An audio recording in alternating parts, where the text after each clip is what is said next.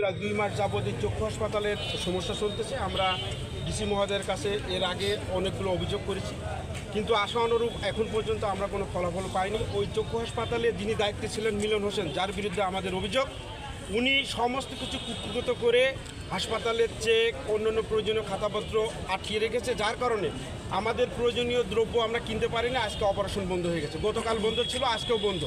দেখেন, গত 2 মাস ধরে আমরা এই প্রশাসনের কাছে আসছি যে আপনারা এর একটা সুষ্ঠু সমাধান করেন।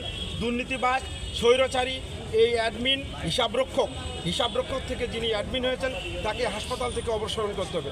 আপনারা সংবাদকর্মী আছেন, আপনারা জানেন একটি হাসপাতাল একজন মেডিকেলের মানুষ বা একজন ডাক্তার দ্বারা পরিচালিত হওয়ার কথা, কিন্তু এখানে গঠনতন্ত্র বহির্ভূতভাবে একজন হিসাব রক্ষককে এই দায়িত্ব, তাদের অতি উৎসাহিত হয়ে এই দায়িত্ব প্রদান করে এই হাসপাতালটা আজকে ধ্বংস করে দেওয়া হয়েছে।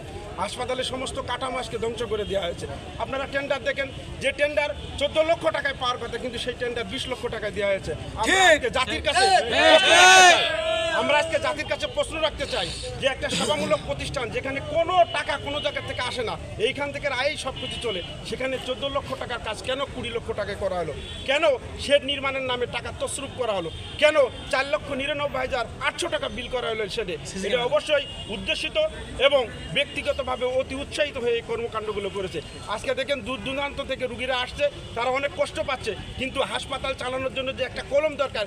বাংলাদেশের সমস্ত জায়গা থেকে যেখানে দুর্নীতিবাজদের মানে একদম অপসারণ করে দেওয়া হয়েছে সমস্ত জায়গা থেকে, বাট আমাদের ঝিনাইদহ আমরা এতটাই পিছিয়ে আছি, বাংলাদেশের বাইরে তো না, আমরা তো বাংলাদেশের ভেতরেই, বাংলাদেশের একটা বিখ্যাত জেলা ঝিনাইদহ। তো সেইখানে ঝিনাইদহ চক্ষু হাসপাতাল টোটাল খুলনা বিভাগের মধ্যে একটা অন্যতম প্রতিষ্ঠান। তো সেই জায়গা থেকে এখনও দুর্নীতি কেন দূর হলো না, প্রশ্নটা এইখানে। ঠিক আছে, তো আমরা এটার অপসারণ চাই এবং দুর্নীতির প্রধান যে মাথা, ঠিক আছে, আমাদের হসপিটাল কেন্দ্রিক, সেটা হচ্ছে মোহাম্মদ মিলন হোসেন। ঠিক আছে, উনি সহকারী পরিচালক ও অ্যাডমিন পদে আছেন।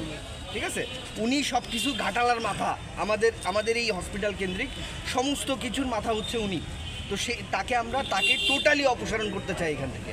ছিলেন ওনার কাছে আমাদের সমস্ত কিছু দেখানো হলো, হওয়ার পরে ছাত্র সমন্বয়করা এসে সেই ডিসি স্যারের আমাদের স্যারকে অপমান করা হয়েছিল বলে ওই মিলনের সাহায্যের স্যার আমাদের ডিসি স্যার আমাদের হালিম স্যারকে, ডাক্তারকে অপারেশন মানে অপমান করেছিল। করার পরে আমরা সেই থেকে মানে আন্দোলন চালিয়ে যাচ্ছি 1.5-2 মাস, কিন্তু পরে যে স্যার এসেছেন ডিসি স্যার, উনি এখনও কোনো পদক্ষেপ নেয়নি, এখনও আমাদের ওখানে যায়নি এবং আমরা খুব দুরবস্থায় হসপিটালে চলাফেরা করতেছি। এখনও মনে হয় 100 জন রোগী বসে আছে হসপিটালে, চিকিৎসা পায়নি।